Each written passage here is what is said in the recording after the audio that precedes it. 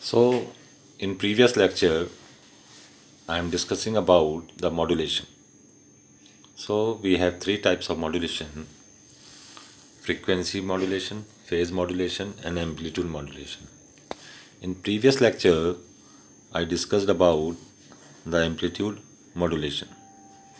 In amplitude modulation, the height of the signal is increases either above the time axis or below the time axis. So we have the time axis. X coordinate is your time axis. Y coordinate, in Y coordinate you increases the level of a signal.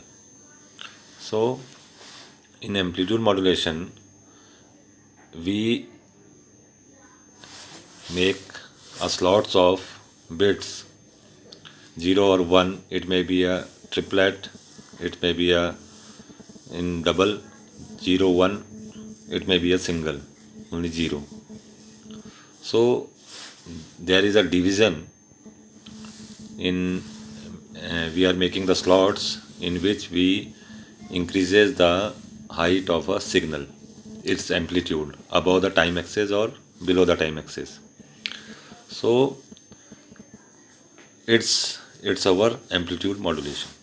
Now frequency modulation, we have many more frequencies in a single slot or in another slot. It may be a 0 or 1. There there is no only a single frequency.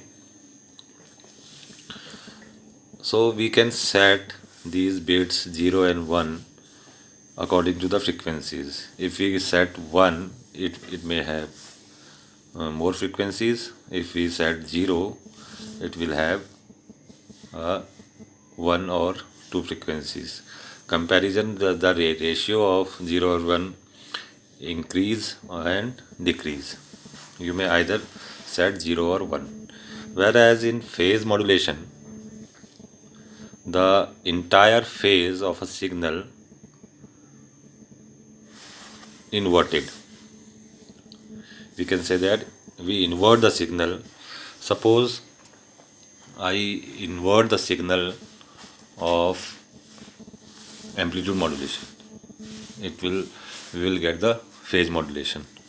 So in phase modulation, entire signal is inverted and we get the inverted signal. Its phase is totally changed or inverted. So in this lecture we discussed about modulation. When the speech waves are superimposed on the carrier waves, then we get the modulated signal. When the speech waves are superimposed on the carrier, we get the modulated signal, and it may either change its amplitude, frequency and phase. So stay healthy, take care.